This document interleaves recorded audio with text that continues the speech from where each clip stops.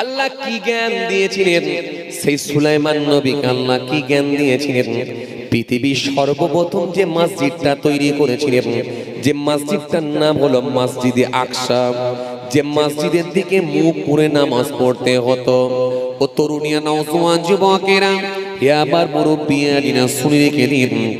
সারা পৃথিবীতে বাবাজি আমার ভাইরাম, এক নাম্বার হলো বাবাজি আমার ভাইরা, নাম্বার ওয়ান হলো, এক নাম্বার হলো মসজিদে হারাম, যেটা কাবা বাইতুল্লাহ চত্বরে, এই হারাম শরীফের চত্বরে যদি কোনো ব্যক্তি এক রাকাত নামাজ পড়ে, আমার আল্লাহ খুশি হয়ে গিয়ে, রাজি হয়ে গিয়ে তার নেকির খাতায় 1,00,000 রাকাত নামাজের সওয়াব আল্লাহ দিয়ে দেবে।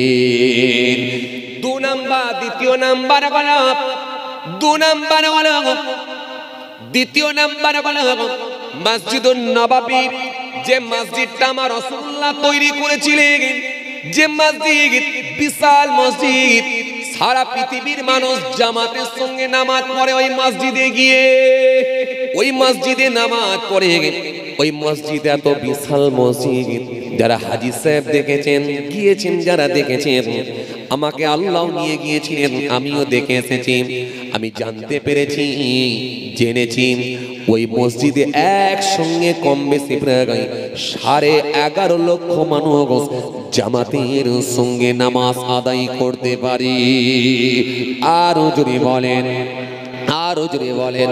ওই মসজিদে যদি কেউ 1 রাকাত নামাজ পড়ে, আমার আল্লাহ খুশি হয়ে গিয়ে, রাজি হয়ে গিয়ে তার নেকির খাতায় 50,000 রাকাত নামাজের সওয়াব আল্লাহ লিখে দেন। 3 নাম্বার, তৃতীয় নাম্বার হলো মসজিদে আকসা, যে মসজিদে আমার নবী দাঁড়িয়ে দাঁড়িয়ে নামাজ পড়ছিলেন। আপনাদের জানা আছে বিশ্বনবী কম বেশি প্রায় 17 মাস মসজিদে আকসার দিকে মুখ করে নামাজ পড়েছিলেন। সারা বিশ্বে প্রত্যেকটা মসজিদের একটাই বাবাজি কিবলা হয়, মসজিদে একটাই মেহরাব হয়। সারা বিশ্বের প্রত্যেকটা মসজিদে দেখবেন একটাই মেহরাব হয়, কিন্তু বাবাজি একটা মসজিদের 2টা মেহরাব। যে মসজিদটার নাম হলো মসজিদে যুকিবলাতাইন, যাকে বলা হয়, আপনাদের জানা আছে। মক্কা শরীফে গেলে আপনারা দেখতে পাবেন, ওই মসজিদে আমার নবী একদিন দাঁড়িয়ে দাঁড়িয়ে দাঁড়িয়ে দাঁড়িয়ে নামাজ পড়ছেন। মুখ কোন দিকে? মসজিদে আকসার দিকে। মসজিদে আকসার দিকে মুখ করে আমার নবী নামাজ পড়ছেন। হঠাৎ করে দেখা যায় আমার নবীর একটু মনটা চাইল, অন্তরটা চাইল, আল্লাহ তুমি যদি কাবাকে কিবলা করে দিতে, আমার উম্মতদের জন্য যদি কাবাকে কিবলা বানিয়ে দিতে, আমি রাসূলুল্লাহ বড় খুশি হয়ে যেতাম। আমার আল্লাহ সঙ্গে সঙ্গে মনের খবরটাও জানেন। নাহনু আকরাবু ইলাইহি মিন হাবলিল ওয়ারিদ, বান্দা তোদের গর্দানের রগের থেকে আমি আল্লাহ আরো কাছে আছি।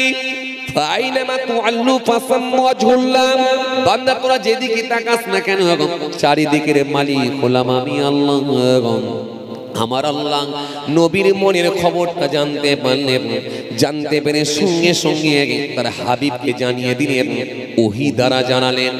ওহী হলো 2 প্রকার, একটা হলো ওহিয়ে মাতলুব, আর একটা হলো ওহিয়ে গায়র মাতলুব। একটা জিবরাইলের মাধ্যমে আল্লাহ জানান, একটা জিবরাইলের কোনো প্রয়োজন হয় না। যখন যেটা আল্লাহ ইচ্ছা করে তার হাবিবকে সরাসরি আল্লাহ জানিয়ে দেয়। এজন্য ওহী আসলো বিভিন্ন রকম পদ্ধতিতে।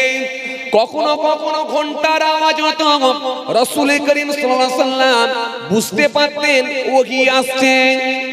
কখনো কখনো ঘন্টার আওয়াজ হতো, কখনো কখনো আমার নবীর মনের ভেতরে জানিয়ে দেওয়া হতো। এখানে আমার নবীর অন্তরে আল্লাহ জানিয়ে দিলেন, হাবিব, বন্ধু, ও আমার দোস্ত, মুখটা তুমি এখনই ঘুরিয়ে না, কারণ তোমার ইচ্ছা লেগেছে কাবা যদি কিবলা হয়ে যেত, তুমি মনের দিক দিয়ে শান্তি পেতে। আমি আল্লাহ বলছি এখনই মুখটা ঘোরাও। 2 রাকাত নামাজ মসজিদে আকসার দিকে হয়েছিল, আর 2 রাকাত নামাজ নবী ঘুরিয়ে নিয়েছিলেন, মুখটা ঘুরিয়ে নিয়ে 2 রাকাত নামাজ কাবা বাইতুল্লাহ দিকে 2 রাকাত নামাজ আমার নবী পড়েছিলেন। নবীর ভক্ত যারা, নবীর যারা শিষ্য, নবীর যারা অনুচর, নবীর সহচর অনুচরেরা, রাসূলুল্লাহর প্রেমিকেরা, নবীর পাগলেরা, নবীর ভক্তরা, সাহাবায়ে কেরামেরা কিচ্ছু জানে না, কিচ্ছু বোঝে না, নবী ছাড়া কিছু চিনি না, রাসূল ছাড়া কিছুই বুঝি না। আমার নবী যখন ঘুরেছেন কোনো কথা নয়, আমরাও ঘুরে পড়লাম। কেন ঘুরেছেন, কি কারণে ঘুরেছেন, কেন ঘুরেছেন কোনো প্রশ্ন নয়। আমার নবী যেহেতু মুখ ঘুরিয়েছে, রাসূলুল্লাহকে ভালোবেসে আমরাও মুখ ঘুরিয়ে নিলাম। সাহাবারা মুখ ঘুরিয়েছিল, কিন্তু মনে রাখবেন ইহুদিরা কিন্তু মুখ ঘোরায় না। ওই সময় ইহুদিদের মনের মধ্যে একটা কোশ্চেন জেগে উঠেছিল, প্রশ্ন জেগে উঠেছিল, কেন মুখটা ফেরালো, কেন মুখটা ঘোরালো? এটা কি রাসূলুল্লাহ দল তৈরি করতে চাইলেন? কে আমাকে ভালোবেসে মুখ ঘোরালো, কে ঘোরালো না? এটা কি দেখতে চাইলেন? দল তৈরি করার জন্য কি মুখ ঘোরালেন? ঠিক আছে, নামাজটা শেষ হোক, নামাজ শেষ হলে কোশ্চেন হবে। রাসূলুল্লাহ নামাজের সমাপ্তি ঘটালেন। নামাজের যখন সমাপ্তি ঘটল, ইহুদিরা আমার নবীকে প্রশ্ন করবে, আমার নবী বেইজ্জতি হবে, আমার নবীর ইজ্জতের হানি হবে। এটা আমার আল্লাহ কখনো মেনে নিতে পারেন না। নামাজ পড়া অবস্থাতেই আমার আল্লাহ আবার ওহী দ্বারাই আমার নবীকে ফের জানিয়ে দিলেন, হাবিব শোনেন হাবিব, সায়াকুলু সুফাহাউ মিনান নাসি মা ওয়াল্লাহুম আন কিবলাতিহিমুল্লাতী কানু আলাইহা কুল লিল্লাহিল মাশরিকু ওয়াল মাগরিব। হাবিব, আয় আমার বন্ধু, হে দোস্ত, আয় আমার বন্ধু, ওই সুফাহা মানুষগুলো, ওই জাহেল মানুষগুলো, ওই অজ্ঞ মানুষগুলো এখনই আপনাকে প্রশ্ন করবে, এখনই আপনাকে কোশ্চেন করবে, কেন আপনি মুখটা ফিরিয়েছেন? আপনি ওদেরকে সেই সময় উত্তর দেবেন, উল্লিল্লাহিল মাশরিক ওয়াল মাগরিব। আপনি বলবেন মাশরিক কার, মাগরিব কার? পূর্ব দিকের মালিক কে, পশ্চিম দিকের মালিক কে? তারা বলবে আল্লাহ।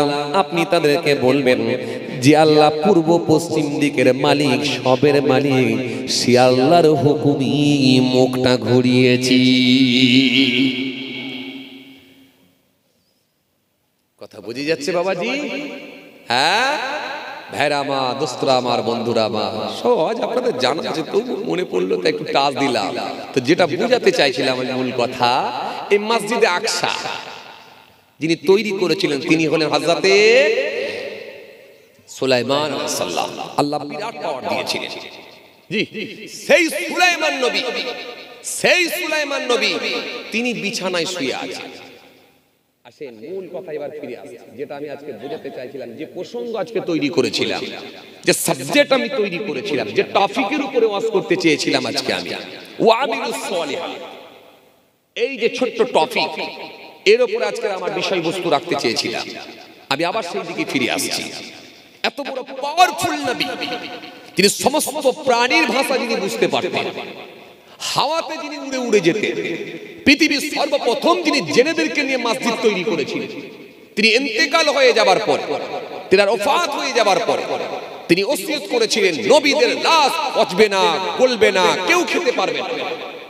সুতরাং আমি ইন্তেকাল হয়ে গেলেও আমার পিছনে লাঠি ঠেক দিয়ে দাঁড় করিয়ে দেবে, যাতে করে দূর থেকে জেনেরা দেখে বুঝতে পারে যে নবী সুলাইমান দাঁড়িয়ে আছে, ভয়ে যাতে করে কাজ করে। মসজিদ আল্লাহ কমপ্লিট করিয়ে নিলেন। সুলাইমান নবী একদিন নয়, দিনের পর দিন দাঁড়িয়ে আছেন লাঠিতে ঠেক দিয়ে। শেষে আপনাদের জানা আছে ওই লাঠিতে ওই পোকা লেগে গিয়েছে। লেগে যাবার পরে লাঠিটা হঠাৎ করে ভেঙে যায়। ভেঙে যখন যায়, সুলাইমান নবীর লাশ, শরীর মোবারকটাও পড়ে যায়। পড়ে যাবার পরে জেনেরা বুঝতে পারলো, যা হুজুর তো বেঁচে নাই, যদি আনতে পারতাম আগে তাহলে এত কষ্ট করতে হতো। কথা বলছি, চলেন যেটা আমি বুঝাতে চাইছিলাম, এই এত বড় পাওয়ারফুল নবী, আমি খালি এটাই বুঝাতে চাইছি আল্লাহ কি ইজ্জত দিয়েছিলেন, কি পাওয়ার দিয়েছিলেন। সেই সুলাইমান নবী বিছানায় শুয়ে আছে। বুকের উপর দিয়ে একটা পিঁপড়ে যাচ্ছে, পিঁপড়ে, পিপিলিকা বোঝেন তো আপনারা, পিঁপড়ে, পিঁপড়ে যাচ্ছে বুকের উপর দিয়ে। বুকের উপর দিয়ে যখন পিঁপড়ে চড়ছে, পিঁপড়ে যাচ্ছে, সুলাইমান নবী একটু বিশ্রাম করছেন, ঘুম ঘুম ভাব, চোখটা একটু ছোট হয়ে আছে। আর বুকের উপর দিয়ে যখন পিঁপড়েটা হেঁটে হেঁটে যাচ্ছে, হুজুর একটু অস্বস্তি বোধ করছেন, একটু যেন বিরক্তি প্রকাশ করছেন।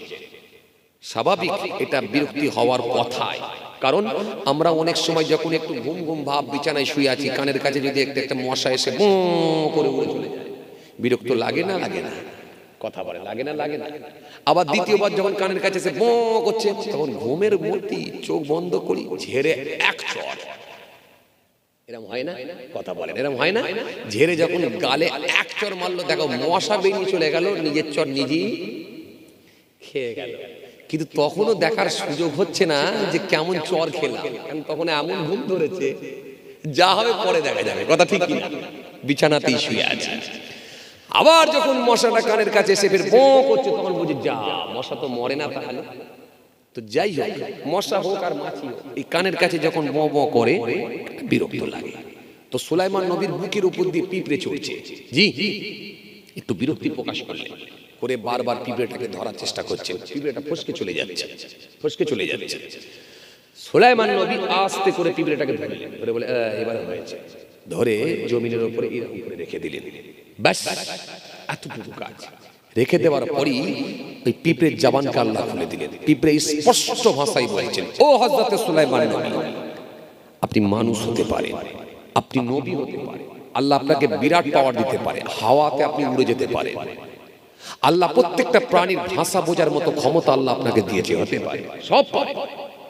কিন্তু তা বলে আমার মতো একটা ছোট্ট প্রাণীকে আপনি কষ্ট দেবেন, এটা কিন্তু আল্লাহ আপনাকে বলেনি।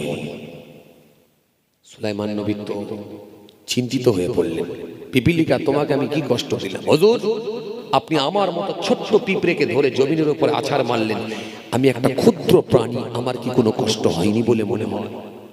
কাল কিয়ামতের ময়দানে যেদিনে আমার আল্লাহ জাররা জাররা বিচার করবেন, কামা ইয়ামাল মিসকালা যাররাতিন খায়রান ইয়ারা ওয়া মা ইয়ামাল মিসকালা যাররাতিন শাররান ইয়ারা, সেই দিনটা কিন্তু আমি আল্লাহর কাঠগড়ায় আপনাকে দাঁড় করিয়ে দেব, আমি পিঁপড়েও আপনাকে ছেড়ে দেব।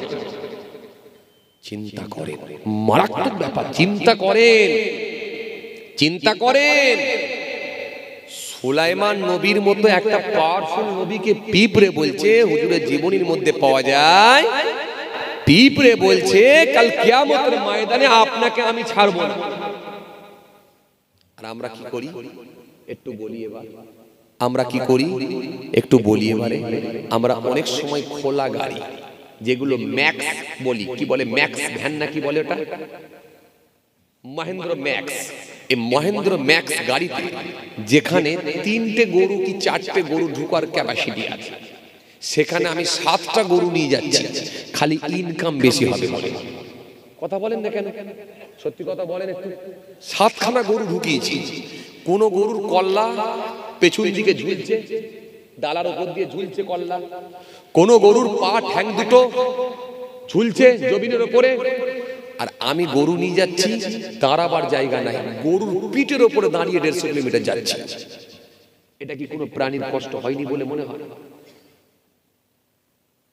যদি আল্লাহ কোশ্চেন করে, তো দাঁড়ি ছিল, নামাজ ছিল, টুপি ছিল, সব ছিল, কিন্তু প্রাণীকে খুব কষ্ট দিচ্ছিলিস কেন বল?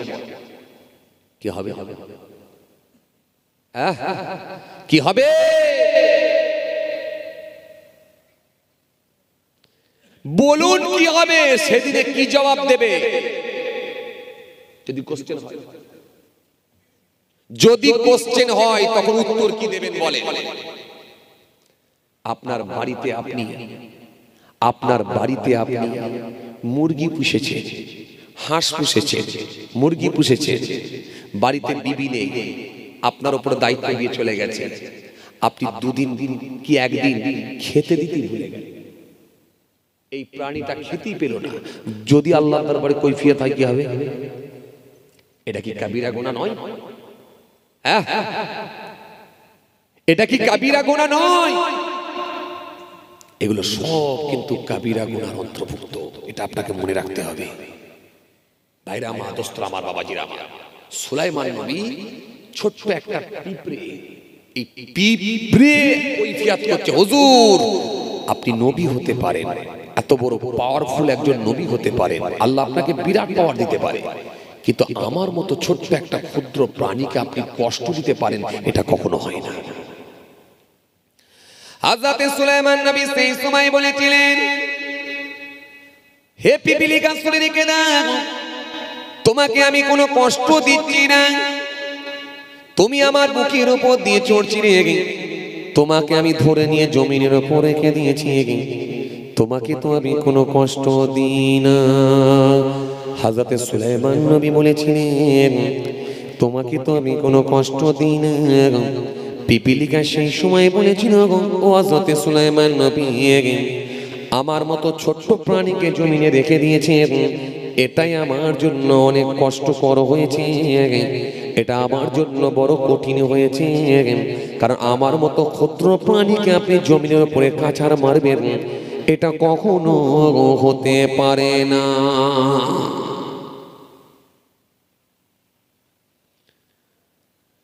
এই জন্য বাবাজি আমার মায়েরা, পৃথিবীর জমিনে বেঁচে আছেন, খুঁজে বার করুন এমন কোন অন্যায় যেন আপনার দ্বারাই না হয়ে যায়, যাতে করে আমার আল্লাহ নারাজ হয়ে যায়, আর এমন কোন ভালো কাজ যদি আপনার দ্বারাই হয়ে যায়, যাতে আমার আল্লাহ খুশি হয়ে গিয়ে আল্লাহর কাছে প্রিয় বান্দা হয়ে কবুল করে নেয়। এই জন্য বাবাজি আমার ভাইরা, এটা খুঁজে কিন্তু আপনাকে বের করতে হবে। সুলাইমান নবীর ঘুমটা ভেঙে গেল, উঠে বললেন, ও পিপীলিকা শোনো শোনো, তোমাকে তো আমি কোনো কষ্ট দিই না, তোমার ওপর আমি কোনো জুলুম করি না, তোমাকে তো আমি কোনো কষ্ট দিই না।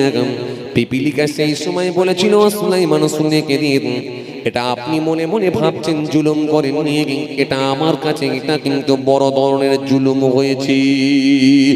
এই জন্য আল্লাহ রাব্বুল আলামিন বলছেন, ওয়ালাউ ইয়ারাল্লাযীনা যালামু ইয ইয়ারাউনাল আযাব আন্নাল কুওয়াতা লিল্লাহি জামিআ ওয়া আন্নাল্লাহা শাদীদুল আযাব।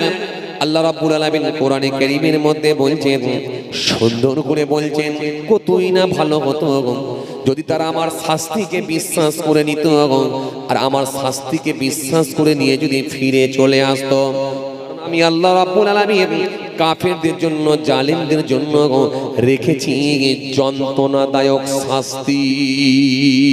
এই জন্য আল্লাহর শাস্তিকে দেখে বিশ্বাস করে নিয়ে ফিরে চলে আসাটাই হলো বুদ্ধিমানের কাজ।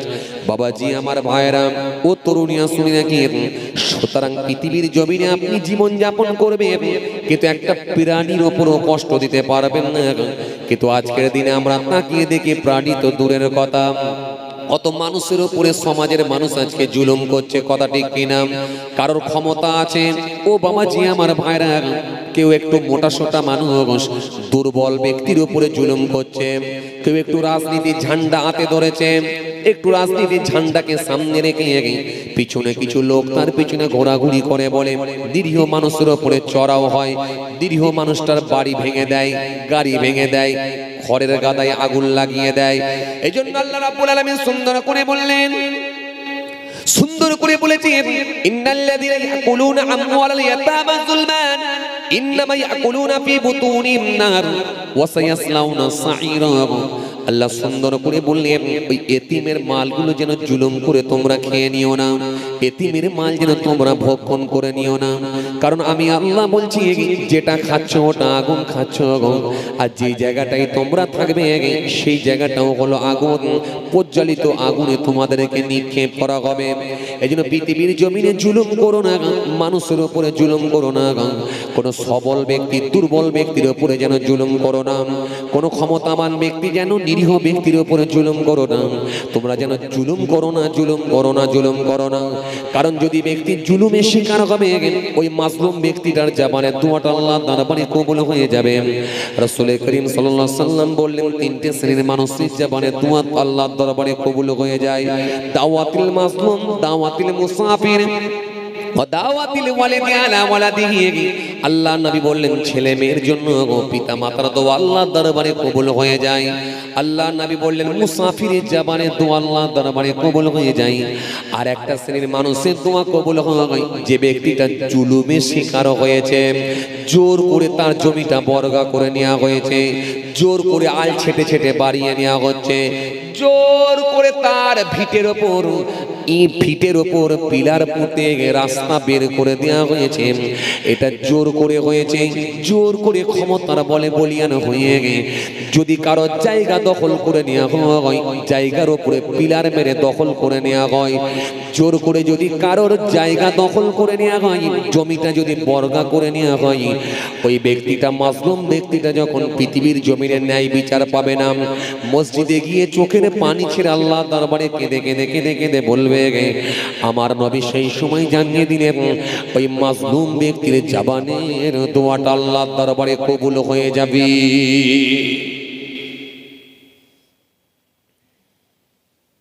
আমি বুঝাতে চাইছি জুলুম করতে পারবে না, সে মানুষের উপরে হোক আর কোন জানোয়ারের উপরে হোক, কোন প্রাণীর উপরে হোক, একটা প্রাণীর উপরে জুলুম করতে পারবেন না।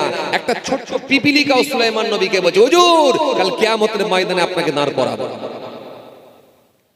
হযরত সুলাইমান নবী উঠে দাঁড়িয়ে পড়লেন, দাঁড়িয়ে বললেন পিপিলিকা যদি তোমাকে সত্যি কষ্ট দিয়ে থাকি তুমি আমাকে ক্ষমা করো। সুলাইমান নবীর মতো একটা পাওয়ারফুল নবী, তিনি পিপিলিকার কাছে ক্ষমা চাইছেন। ও পিপিলিকা যদি তোমাকে কষ্ট দিয়ে থাকি, সত্যি যদি তোমার কষ্ট হয়ে থাকে তুমি আমাকে ক্ষমা করো। পিপিলিকা সেই সময় বলল হযরত সুলাইমান নবী আপনি আমার কাছে ক্ষমা চাইবেন না, আপনার মতো এত বড় পাওয়ারফুল নবী আমার কাছে ক্ষমা চাইবেন এটা কখনো হয় না। তবে হুজুর একটা কথা শুনেন, ও আল্লাহ নবী হযরত সুলাইমান নবী জীবনে যতদিন বেঁচে থাকবেন আমি পিপিলিকা আপনাকে তিনটে ওসিয়ত করে যাই, তিনটে আপনাকে কথা বলে যাই, এই তিনটে ওসিয়ত করে যাই, এই তিনটে কথা আপনাকে মেনে নিতে হবে। আল্লাহ নবী সুলাইমান নবী সেই সময় বললেন কি কি কথা বলো। হযরত সুলাইমান নবী বলার সাথে সাথে পিপিলিকা সেই সময় বলেছিল এক নাম্বার হলো পৃথিবীর জমিনে যতদিন আপনি হায়াতে থাকবেন, পৃথিবীর জমিনে যতদিন আপনি বেঁচে থাকবেন, যখন আপনি কোনো বিচার করবেন ওই বিচারটা আপনি ন্যায় বিচার করবেন, অন্যায় ভাবে কখনো বিচার করবেন না, কারোর পক্ষপাতিত্ব করে বিচার করবেন না, কোনো পক্ষকে টেনে বিচার করবেন না, বিচারটা সর্বসময় আপনি ন্যায় বিচার করবেন। এটা হলো নাম্বার 1। তিনটে ওসিয়ত করেছিল, তিনটে কথা, তার মধ্যে একটা পৃথিবীর জমিনে যতদিন বেঁচে থাকবেন ন্যায় বিচার করবেন, অন্যায় ভাবে বিচার করবেন না। আজকে ন্যায় বিচার হয় বলে মনে হয় সমাজে, কথা বলে যার জমি বর্গা হচ্ছে সেই জেল খাটছে, কথা ঠিক কিনা ভুল বলে? হ্যাঁ না কিছু বলেন? যার জমি বর্গা হচ্ছে সেই জেল খাটছে, যে বর্গা করছে সে ঘুরে বেড়াচ্ছে, পেছনে ঝান্ডা আছে, লোক আছে, হাতে ঝান্ডা আছে, কথা বলে জি। যার গাড়ি ভেঙে দেয়া হচ্ছে, যাকে পেটা হচ্ছে তাকে আবার পিজন ভ্যানে তুলে জেলেতে ঢুকিয়ে দেয়া হচ্ছে, আর যার নির্দেশে হচ্ছে, যার অর্ডারে হচ্ছে সে ঘুরে বেড়াচ্ছে। কেন? হাতে ঝান্ডা আছে, হাতে ঝান্ডা আছে, পিছনে লোক আছে, নেতা আছে, মন্ত্রী আছে, কে বলবে? কে বলবে? এই জন্য কাল কিয়ামতের ময়দানে অবিচারকারী বিচারকগুলোকে আল্লাহ আগুনের পোশাক পরিধান করাবে। অবিচারকারী বিচারকগুলোকে আল্লাহ আগুনের পোশাক পরাবে, আগুনের পোশাক। পোশাকটা যেটা হবে আগুনের, ফলে কি হবে? এই আগুনের পোশাক যখন পরিয়ে দেওয়া হবে, পরিয়ে দেওয়ার সাথে সাথে তার শরীরের গোস্তগুলো, হাড়হাড্ডি যা আছে, রগ নিশা হাড়হাড্ডি যা গোস্ত আছে সব গলে গলে টসকে টসকে জমিনের উপরে পড়বে। ঠিক প্লাস্টিককে, প্লাস্টিক বোঝেন তো আপনারা? প্লাস্টিক, ফাইবার বা প্লাস্টিক যেমন আগুনে পোড়ালে যেমন টসকে টসকে পড়ে না, রসে রসে পড়ে, জি ওই এক টোপা দু টোপা করে যেমন পড়ে, ওই রকম শরীরের গোস্তগুলো সব এক টোপা দু টোপা করে পড়তে থাকবে। ঝরে ঝরে পড়বে। এটা অবিচারকারী বিচারকগুলোকে আল্লাহ পড়াবে। এই জন্য বিচার কে করবে? যার মধ্যে ইলমে দ্বীন আছে। বিচার কে করবে? যার মধ্যে আল্লাহর কোরআন আছে, যার মধ্যে শরীয়তের জ্ঞান আছে, সে বিচার করবে। কিন্তু আজকের বিচার করছে কারা? মাতাল। আজকের বিচার করছে কারা? লম্পট। আজকের বিচার করছে কারা? সুদখোর। আজকের বিচার যারা করছে তারা কারা? ঘুষখোর। ইমাম সাহেবের বিচার করবে কে রে ভাই? এলাকার একটা টপ র্যাঙ্কের সুদখোর, সে বিচার করবে। কেন? মাসে 4টে ছুটি নেওয়া দরকার ছিল, 5টা নিলে কেন? মাসে 4টে ছুটি নেওয়ার দরকার ছিল, তুমি বাড়িতে গিয়ে আর একদিন কাটালে কেন? 5টা ছুটি হলো কেন? বিচার বসলো। কে বিচার করছে? এলাকার একটা টপ র্যাঙ্কের সুদখোর, সে বিচার করবে। লজ্জা লজ্জা। ওর বিচার করা দরকার ছিল ইমাম সাহেব, তবে ন্যায় বিচার হতো। ভাবতে অবাক লাগে। এই হচ্ছে দুনিয়া। কিছু করার নাই। আমি প্রথমেই বলেছি কিচ্ছু করার নেই। আপনাকে প্রথমেই বলেছি পাকাল ম্যাচের নেই, চলতে হবে। সব দেখলেও আপনি কিছু করতে পারবেন না। মানি হবে অপমান, গুণী হবে দোষী, সত্য যাবে নির্বাসন, মিথ্যা হবে বেশি। লজ্জা উড়বে আকাশেতে, শরম খাবে ধান, যাতে উঠবে অজাতেরা, থাকবে না আর মান। জ্ঞানীরা চুপসে যাবে জ্ঞানীহীনদের কাছে, জ্ঞানীরা চুপসে যাবে জ্ঞানীহীনদের কাছে। কথাগুলো বিদ্বানেরা সত্যি বলে গেছে। কথা ঠিক কি না?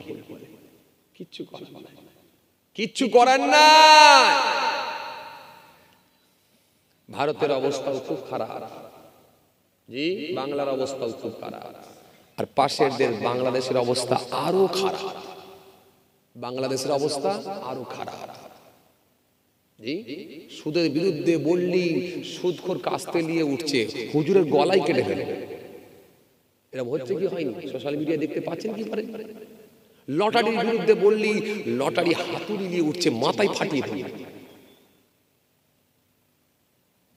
আস্তে আস্তে আস্তে আস্তে কণ্ঠরোধ করা হচ্ছে। আস্তে আস্তে আস্তে আস্তে কোরআনের কথা আর বলতে দেয়া হবে। কোরআনের কথা, হাদিসের কথা, সত্য কথা, ন্যায় কথা যদি মানুষ বলতে না পারে, আলেম ওলামাদের যদি কণ্ঠরোধ করা হয়, তাহলে বুঝতে পারবেন কিয়ামত কিন্তু এটা আলামত। এই লক্ষণ ভালো নয়, এই লক্ষণ ভালো নয়।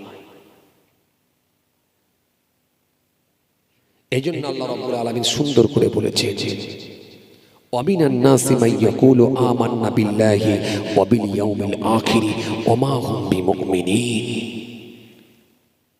আল্লাহ বলছে মানুষের মধ্যে এমন কিছু মানুষ আছে যারা বলছে যে আমি আল্লাহর উপরে ঈমান এনেছি। মানে আমানা বিল্লাহ ওয়া বিল ইয়াউমিল আখির, যারা বলছে পরকালের উপরে ঈমান এনেছি, আখিরাতের উপরে ঈমান এনেছি, কিন্তু আমি আল্লাহ বলছি ওয়ামা হুম বিমুমিনিন, তারা কিন্তু মুমিন নয়।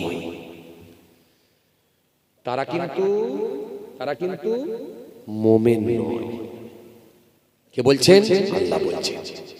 সব থাকবে কিন্তু মুমিন নয়। ওরা যতই বলুক আমরা মুমিন, আমরা মুসলমান, কিন্তু না। ওয়ালাইসাতিত তাওবাতু লিল্লাযিনা ইয়ামালুনা আস-সাইয়্যাত হাত্তা ইযা হাদারা আহাদাহুমুল মাউত ক্বালা ইন্নী তুবতু আনা ওয়া আলাল লাযিনা ইয়ামুতুনা হুম কুফফার উলাইকা আ'তাদনা লাহুম আযাবান আলীমা। আল্লাহ স্পষ্ট ঘোষণা দিয়েছে, আল্লাহ সুন্দর করে বলে দিয়েছে। আল্লাহ বলছে তাদের তওবাটাও কবুল করব না, তাদের তওবাটাও কবুল করব না। কারণ যারা অন্যায় কাজের সঙ্গে যুক্ত, তাদের তওবাটাও কবুল হবে না, তওবাটাও কবুল হবে না। আর যখন মৃত্যু তাদের কাছে এসে পৌঁছে যাবে, মৃত্যুর কোলে ঢলে পড়বে, ওই সময় যদি তওবা করার চেষ্টাও করে, ওই সময় তওবা করেও কোনো লাভ হবে না। আর কাফেরদের জন্য, জালেমদের জন্য আমি আল্লাহ রেখেছি যন্ত্রণাদায়ক শাস্তি, যন্ত্রণাদায়ক শাস্তি। সব আল্লাহর কোরআনে আল্লাহ বলে দিয়েছে। কিন্তু মানবে কি? মানুষের ভেতর থেকে আল্লাহর ভয় চলে গেছে। প্রথমে একটা কথা বলেছিলাম, আল্লাহর ভয়টাই চলে গেছে। চলেন আজকে যে বিষয়বস্তু আপনাদের সামনে দুটো লাইন দেখাতে চেয়েছি। একটা হচ্ছে ভালো কাজ কিছু করবেন, আর আপনার দ্বারা যেন কোনো খারাপ কাজ না হয়ে যায় এটা চেষ্টা করবেন। এটাই বোঝানোর জন্য বলেছি। ওয়া আমিলুস সলিহাত। আমি এই টপিকের উপরই কিন্তু আজকে আলোচনা করতে চাইছি। তাহলে ভালো কাজ কিছু করবেন, ভালো কাজ কিছু করবেন। পানিটা যখন পান করছেন বসে পান করুন, ডান হাতে পান করুন, ডান হাতে করুন, 3 শ্বাসে পান করার চেষ্টা করুন। এটা একটা ভালো কাজ হতে পারে ইনশাআল্লাহ। ফজরের নামাজ পড়ে রাস্তা দিয়ে হেঁটে হেঁটে যাচ্ছেন, হেঁটে হেঁটে যাচ্ছেন, হেঁটে হেঁটে যাচ্ছেন, হঠাৎ করে দেখছেন একটা পাটা পড়ে আছে। পাটা, তক্তা, তক্তা, তক্তা বোঝেন তো আপনারা? পাটা পড়ে আছে। এই পাটার ওপরে দুটো পেরেক এইরকম করে সোজা হয়ে দাঁড়িয়ে আছে। আপনার চোখে পড়ে গেল, চোখে পড়ে যাওয়ার পর আপনি ভয় পেয়ে গেলেন, আল্লাহু আকবার, যদি আমার না চোখে পড়তো কি হতো? আল্লাহ আমাকে হেফাজত করেছে। ওই পাটাটাকে তুলে নেন, তুলে নিয়ে এমন একটা জঙ্গলের দিকে ছুঁড়ে ফেলে দেন যেখানে মানুষ যাতায়াত করেনি, চলাচল করেনি, হাঁটাহাঁটি করেনি। মানুষ কিন্তু ওই দিকে পাটা ওই দিকে যাবে না, আর মানুষের পায়েও লাগবে না, এমন একটা জায়গায় ফেলে দেন। নিয়ত করুন, আমার নবী শিখিয়েছেন, আবু যার রাদিয়াল্লাহু তাআলা আনহু থেকে বর্ণিত হাদিস এসেছে, আমার নবী শিখিয়েছিলেন, আবু যার, হে আবু যার শুনে রেখে দাও, রাস্তার রাস্তা দিয়ে যখন হাঁটবে, রাস্তায় উপরে যদি কোনো কষ্টদায়ক বস্তু থাকে সেটাকে তুমি দূর করে দাও, সরিয়ে দাও।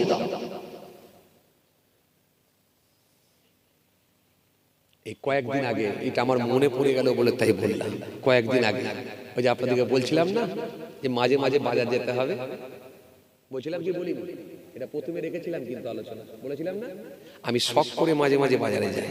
সব সময় তো টাইম পাই না, কেন আমরা রাত জাগার লোক, রাতের বেলা জলসা করি, দিনের বেলা ঘুমিয়ে থাকি। এটাই সিস্টেম আমাদের, তো উল্টো হয়ে গেছে। বুঝতে পারছেন যে ডে নাইট, আল্লাহ নাইটটা আরামের জন্য করেছে, ঘুমানোর জন্য করেছে, কিন্তু নাইটটা আমাদেরকে জেগে আর দিনের বেলা ঘুমিয়ে কাটাই। তো মাঝে মাঝে শখ সাথে যদি একটু আগে আগে ঘুম থেকে উঠতে পারি, তাহলে শখ করে হলে এক আধবার বাজারে যাওয়ার চেষ্টা করি। তো বাজারে যাচ্ছি, আমার ছোট একটা মোটরসাইকেল আছে, স্কুটি মোটরসাইকেল নিয়ে যাচ্ছি বাজারে। আমি বাজার পর্যন্তই যাই, একটু বাজার কিছু কিনে নিয়ে আসতে হবে, ঘরোয়া কিছু কেনাকাটা আছে। তো ঢালাই রাস্তা আছে, রাস্তার ওপর দিয়ে যখন যাচ্ছি দেখছি কেউ না কেউ কিছুটা খড় শুকোতে দিয়েছে। খড় বোঝেন তো আপনারা? হ্যাঁ, কি বলে? বিচলি। আচ্ছা বিচলি, তাই হোক, বুঝলি কথা বুঝছেন। ওই বিচালি না বিজলি বলছেন, ওই বিচালি। আচ্ছা ঠিক আছে, ওই বিচালি কিছুটা রোদ্রে শুকোতে দিয়েছে আর কি, তুলে নিয়ে চুলোই দেবে। মোটরসাইকেলটা যেই গেল উপর দিয়ে, দুটো পেরেক তক্তার উপরে, ওই যে কথা বললাম তক্তার উপরে কাপাং করে লাগলো পুরো পেছনের চাকায়। যেই এক পাক বললো, খাটাস খাটাস খাটাস খাটাস আওয়াজ হচ্ছে। কি ব্যাপার হলো? দাঁড়িয়ে গেলাম, দাঁড়িয়ে যাওয়ার পরেই দেখছি কি একটা আটকাচ্ছে। একটু চাকাটা ঘোরালাম, ঘুরিয়ে দেওয়ার পরে দেখি একটা তক্তা, তার উপরে দুটো পেরেক, দেখা যাচ্ছে মাথা পুরো ভিতরে ঢুকে গেছে। টেনে বার করতে পারিনি, এত ঢুকে গেছে। খুব কষ্ট করে টেনে বের করলাম, হু করে হাওয়া বেরোচ্ছে, মানে ভালো ধরনের লিক হয়েছে, হু করে হাওয়া বেরোচ্ছে, মানে চোরা লিক হলো তবু ঠিক ছিল, তো বড় মাপের লিক, হু করে হাওয়া বেরোচ্ছে। এদিক ওদিক তাকাচ্ছি, এদিক ওদিক তাকানোর পরে একটা বাড়ি আছে, আমি আর নাম বলছি না, একটা বাড়ি আছে। বলে ভাই কিছু হলো নাকি? আজ কে খড় দিয়েছিল জানি না, তো দুটো পেরেক ছিল, লেগে গেল। ও হতে পেরেক দেওয়া ছিল, তো আমরাই সুযোগ দিয়েছি, হাই গো এরকম হয়ে গেল। ওই পর্যন্ত শেষ। তো আমি দেখলাম সময় নষ্ট করে লাভ নাই, কিন্তু হাওয়া যে হারে বেরোচ্ছে, এখন বাজার পর্যন্ত যদি না পৌঁছাতে পারি তাহলে আবার গাড়ি ঠিক খারাপ হয়েছে। তাড়াতাড়ি করে বললাম যে এটাকে একটা জায়গায়, এমন জায়গায় ফেলে দাও বাবু যাতে করে পায়ে না লাগে, বলে আমি নিজেই একটা জায়গায় ছুঁড়ে দিলাম, এমন জায়গায় দিলাম যাতে করে পায়ে না লাগে। দিলাম, দিয়ে মোটরসাইকেল নিয়ে তাড়াতাড়ি গেলাম, যে লিকটা আগে সারলাম। তো আমি চিন্তা করলাম আজকে আমার গাড়ির উপর দিয়ে গেল, সমস্যা নেই, সামথিং কিছু খরচা, সেটা বড় কথা নয়। কিন্তু একটা মানুষের পায়ে যদি এরকম জং ধরা দুটো পেরেক যদি একবারে দুটো পেরেক যদি একসঙ্গে ফুটতো বা ঢুকতো, কি সিচুয়েশন হতো একবার বলুন।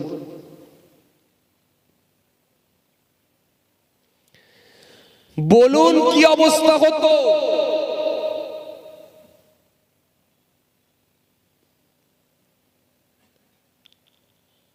আল্লাহকে খুশি করার অনেক দিক আছে, আপনি খুঁজে বার করতে পারলে। পথের ধারে আপনি বসে আছেন, অনেক যুবকরা দেখবেন মাচাই বসাই অভ্যস্ত। মাচাই বসাই অভ্যস্ত না? অনেক যুবকেরা দেখবেন মাচাই বসাই অভ্যস্ত, মাচাই বসে। এই পথের ধারে যখন বসে আছেন, মাচাতে যখন বসে আছেন, তখন আপনাকে মনে রাখতে হবে আপনি কেন বসে আছেন। যদি আপনি বসেই থাকেন তাহলে আপনাকে মনে রাখতে হবে পথের ধারে বসলে পথের 3টে হক আছে, এই হকগুলোকে আদায় করতে হবে।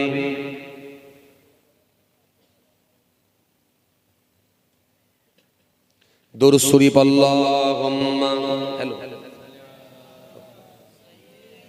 ও টাইম তো পার হয়ে যাচ্ছে, কোনো কোনো ফোন আসছে।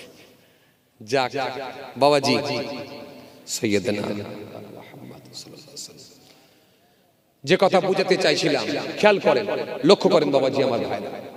তাহলে এই যে মাচায় বসে আছেন বা পথের ধারে বসে আছেন, এই পথের ধারে বসলেও কিন্তু আপনার 3টে হক আদায় করতে হবে। আমার পরবর্তী বক্তা যে আছে ডেকে দেন, আমি যে কথা বোঝাতে চাইছিলাম খেয়াল করেন। 3টে হক। 1 নাম্বার কি, আমার রাসূল করিম সাল্লাল্লাহু আলাইহি ওয়াসাল্লাম তিনি শিখিয়ে দিলেন। নবীর একজন বিখ্যাত সাহাবী বসে আছেন, পাশে 2জন সাহাবী আরো বসে আছেন। আল্লাহ নবী গিয়ে পৌঁছে গেলেন, পৌঁছে গিয়ে বললেন, ও সাহাবীরা তোমরা পথের ধারে কেন বসে আছো একবার বলো। সাহাবীরা সেই সময় বলল, ইয়া রাসূলুল্লাহ, ইয়া হাবিবাল্লাহ, হুজুর আমরা পথের ধারে বসে আছি, কারোর কিন্তু কোনো কষ্ট দিচ্ছি না। হুজুর আমরা নিজেদের মধ্যে কথোপকথন করছি, নিজেদের মধ্যে কথাবার্তা বলছি, হুজুর আমরা কারোর কিন্তু কোনো কষ্ট দিচ্ছি না। হুজুর শরীয়তের কিছু বিষয় নিয়ে আলোচনা করছি, কোরআন হাদিসের কিছু বিষয় নিয়ে আলোচনা করছি, হুজুর আমরা কিছু কারোর কষ্ট দিচ্ছি না। আল্লাহ নবী সেই সময় বললেন, পথের ধারে যদি তোমাদেরকে বসতে হয়, অন্তত পথের 3টে হক তোমাদেরকে আদায় করতে হবে। ইয়া রাসূলুল্লাহ, হাবিবাল্লাহ, সেগুলো কি কি বলেন? আল্লাহ নবী সেই সময় বললেন, 1 নাম্বার হলো পথের ধারে যদি বসতে হয়, নাম্বার 1 হলো চোখ নত করো, চোখটা নিচের দিকে রাখো, নাম্বার 1। দ্বিতীয় নাম্বার হলো পথহারা ব্যক্তি, যদি কেউ পথ হারিয়ে ফেলে তাকে রাস্তাটা দেখিয়ে দাও, এটা হবে 2 নাম্বার। 3 নাম্বার হলো, তৃতীয় নাম্বার হলো পথের ধারে যখন বসে থাকছো, 3 নাম্বার, তৃতীয় নাম্বার, কোন বয়স্ক মানুষ, কোন বৃদ্ধ লোক, কোন বৃদ্ধা মহিলা তার পুটুলি, তার গাঁটুলি, তার ব্যাগ নিয়ে যদি বহন করে না নিয়ে যেতে পারে, তুমি তার পুটলি, তার গাঁটুলি, তার ব্যাগটাকে কাঁধে করে নিয়ে, ঘাড়ে করে নিয়ে তার গন্তব্যস্থলে পৌঁছে দাও। আল্লাহু আকবার। বুঝতে পারছেন? হ্যাঁ, এই 3টে হক। এবার আপনারা বলেন তো দেখি বাবাজি আমার ভাইরা, আমাদের সমাজে কিছু মানুষ আছে দেখবেন এরা কিন্তু চোখ নত করে না, নাম্বার 1। নাম্বার 2 হলো, দ্বিতীয় নাম্বার হলো, 2 নাম্বার হলো, হ্যালো, ওয়ালাইকুম আসসালাম, দরুদ শরীফ আল্লাহুম্মা। হ্যাঁ, কোথায়? না না না, ওখানে দাওয়াত নেই। ও মুফতি সালাউদ্দিন ভাইয়ের সঙ্গে কথা বলে নেবেন, উনি জানেন। ওখানে দাওয়াত নেই, আমার অন্য জায়গায় দাওয়াত আছে। দরুদ শরীফ আল্লাহুম্মা মাওলানা মুহাম্মদ ওয়া আলা আলি।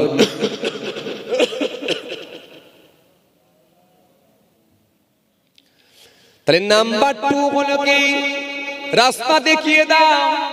কিন্তু আজকে রাস্তা দেখানোর লোক কটা আছে? রাস্তা ভুলও দেখিয়ে দিচ্ছে, এমনও মানুষ আছে না নাই? আমাদেরকেও রাস্তা ভুল দেখিয়ে দিচ্ছে, অনেক সময় দেখতে পাচ্ছি। এজন্য 4-5 জন 6 জন যেখানে থাকে সেখানে জিজ্ঞাসা করছি, যাতে করে হয়তো রাস্তাটা ঠিক বলে।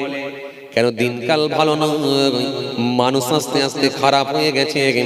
ভারতবর্ষের চিত্রটা আস্তে আস্তে পাল্টে দিয়েছে, সাম্প্রদায়িকতার হাওয়া একটা ছড়িয়ে গেছে, মানুষের মধ্যে এখন হিংসার বাতাবরণ তৈরি হয়ে গেছে। যখনই দেখছে টুপিওয়ালা দাড়িওয়ালা হুজুর সাহেব মলি সাহেব যে এই দিকে রাস্তাকে এই দিকে দেখিয়ে দিচ্ছে, এমন ঘটনা বহুবার ঘটেছে। আবার লোককে জিজ্ঞাসা করে ফের ব্যাক করে এসেছি, রাস্তাও ভুল। নবী বললেন আর একটা কথা মেনে নাও, যদি কোনো বৃদ্ধ মানুষ মাথায় পুটলি নিয়ে গাঁটুলি নিয়ে বহন করে না নিয়ে যেতে পারে, ওর পুটলি গাঁটুলিটা তুমি বহন করে তার গন্তব্যস্থলে পৌঁছে দাও। নবী বললেন এই কথাটাও মেনে নাও। ও বাবাজি আমার ভাইরা, এটা তো বড় টাফ ব্যাপার, কঠিন ব্যাপার। আজকের দিনে বলো তো দেখি মাথায় পুটলি বহন করে নিয়ে গন্তব্যস্থলে পৌঁছে দেবার লোক কি আর আছে? যদি বলা আছে না, নেই নেই নেই। আজকের দিনে পৌঁছাবার লোক আর নেই, তাহলে সবটাই উল্টো। পারলে আপনি ভালো কাজগুলো করে নিতে পারতেন, কিন্তু এই সুযোগগুলোকে আপনি হাত ছাড়া করে দিলি। আসসালামু আলাইকুম।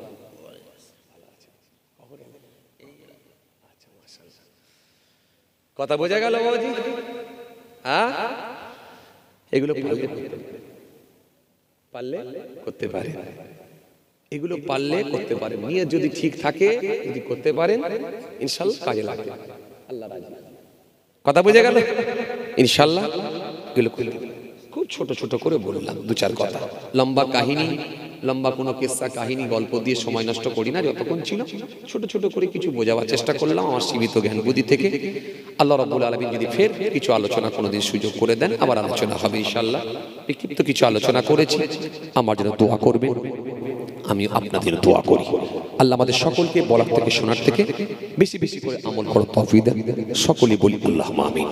পিপিলিকা সেই সময় বলল, হুজুর এক নাম্বার কি ন্যায় বিচার করবেন, দ্বিতীয় নাম্বার কি ক্ষুধার্ত ব্যক্তির মুখেতে আপনার সামনে যখন এসে পৌঁছাবে আপনি কিছু খাবার তুলে দেবেন। আপনি এমন কাজ কিছু করে দেন যেটা আল্লাহর কাছে প্রিয় বান্দা হয়ে যেতে পারে, আমার আল্লাহর মনোপ্রত হয়, আমার আল্লাহর পছন্দনীয় হয়ে যায়। এরকম কিছু কাজ করে দেন, সেটা আপনি খুঁজে বার করেন, আপনার কাউকে কিছু বলতে হবে না, খুঁজে বার করেন। আলহামদুলিল্লাহ যথেষ্ট শুনছেন, শুনবেন। আলহামদুলিল্লাহ আপনারাও অনেক জ্ঞানীগুণী মানুষ, জানেওয়ালা মানুষ, কাউকে ছোট করতে নাই, অনেক বেশি আপনাদের জ্ঞান আছে।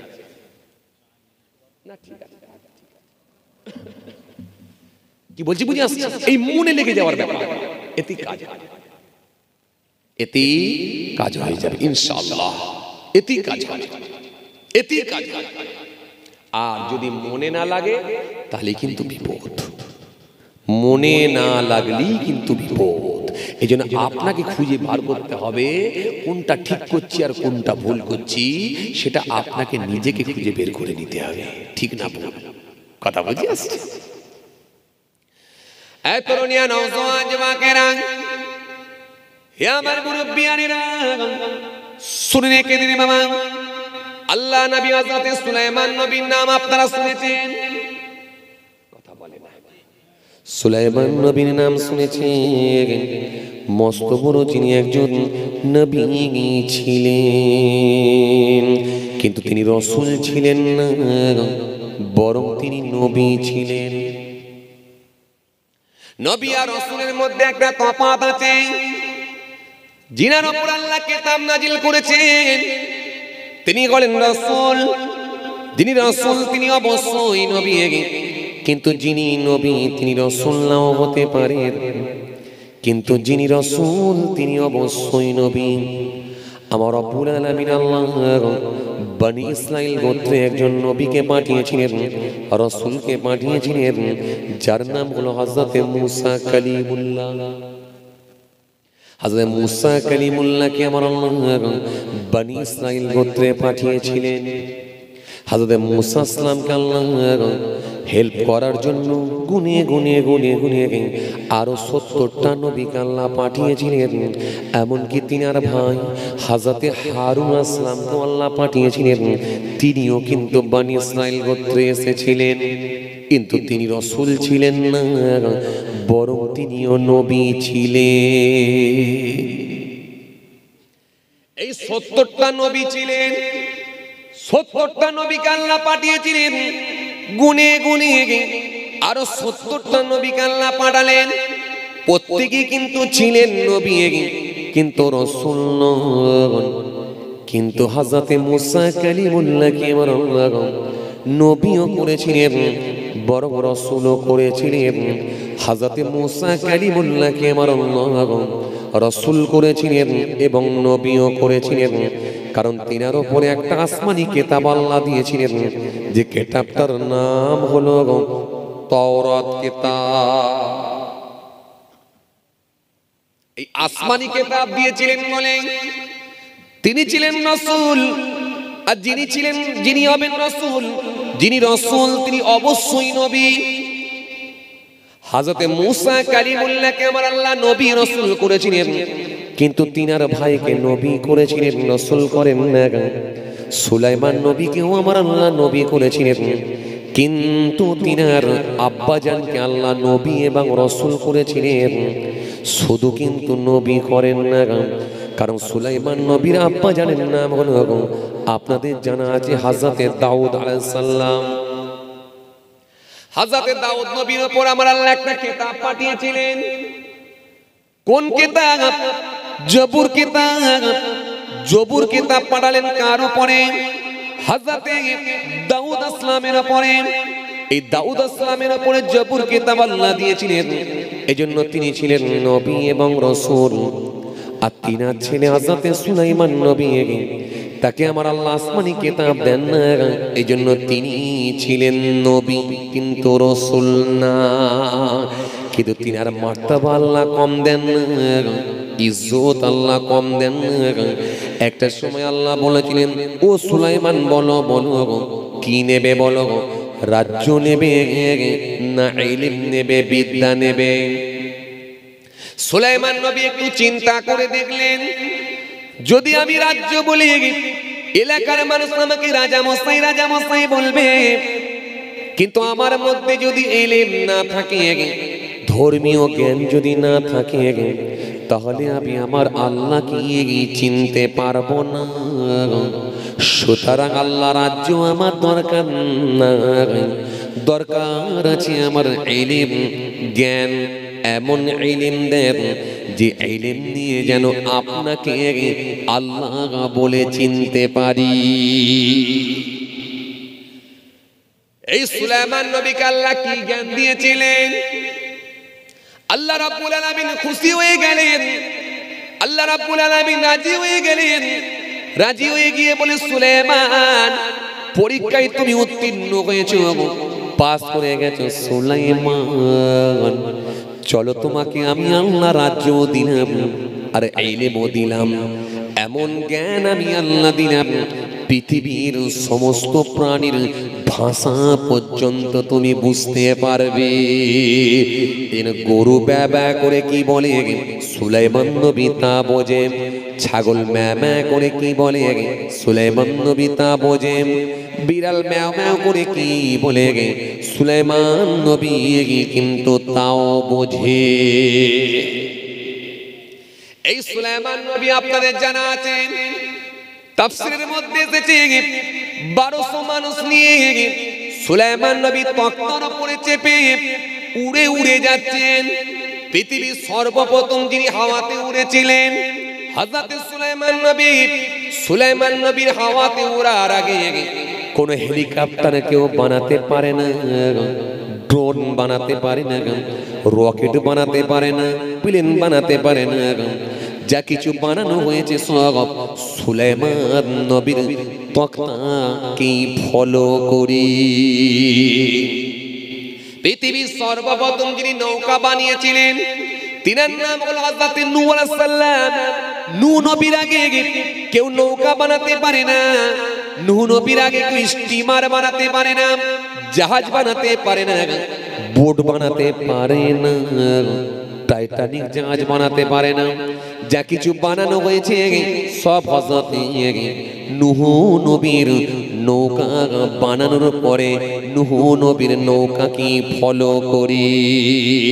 তবে আপনাদের যেটা বোঝাতে চাইছিলাম, সে সুলাইমান নবী তিনি হাওয়াতে উড়ে উড়ে যাচ্ছেন।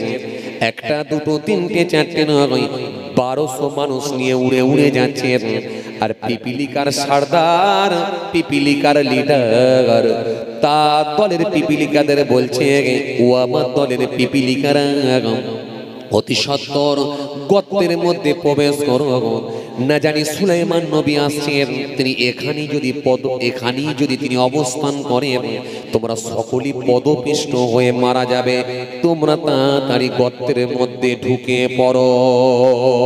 এই পিপিলিকার সর্দার কি বলছে সুলাইমান নবী সেটাও কিন্তু তক্তায় বসে বসে পিপিলিকার কথাটাও শুনতে পাচ্ছেন। আরো জোরে বলেন, আরো জোরে বলেন।